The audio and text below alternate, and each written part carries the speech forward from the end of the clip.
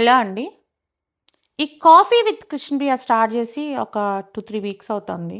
అయితే ఇప్పుడు అసలు ఈ కాఫీ విత్ కృష్ణప్రియ యొక్క ముఖ్య ఉద్దేశ్యం ఏంటమ్మా? ఎందుకు నువ్వు ఇదంతా చేస్తున్నావు అని మీరందరూ అనుకోవచ్చండి. ఎందుకసలు మేము మీ వీడియోలు చూడాలి? ఎందుకు షేర్ చేయాలి? అని చెప్పి.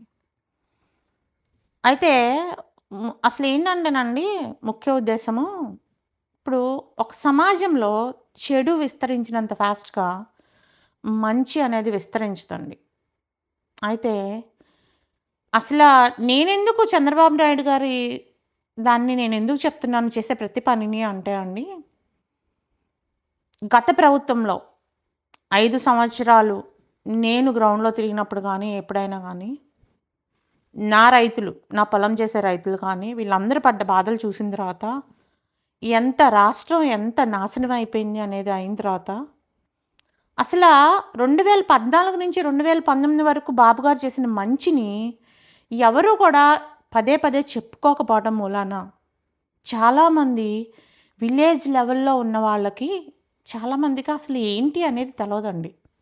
అంటే రాష్ట్రం గురించి, తమ పిల్లల భవిష్యత్తు గురించి ఎందుకు ఆలోచించాలి? ఏ రకంగా మార్పు తీసుకొస్తది ఒక మంచి నాయకత్వం ఉంటే అనేది తెలీదండి. నేనెళ్ళి అడుగుతా, అవునమ్మా ఇవన్నీ నాకు తెలవదమ్మా అని చెప్పేవాళ్ళు. నేను కూర్చొని చెప్పేదాన్ని. అప్పుడు వాళ్ళకి అర్థమయ్యేది.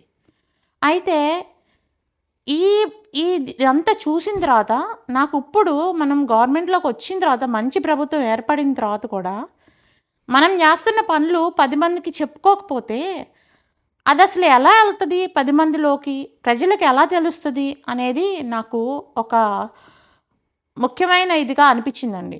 దాంతోటి నేను ఒక చిన్న ప్రయత్నం చేయాలా? నా వంతు నేను సొసైటీకి ఇది ఇలా జరుగుతుంది.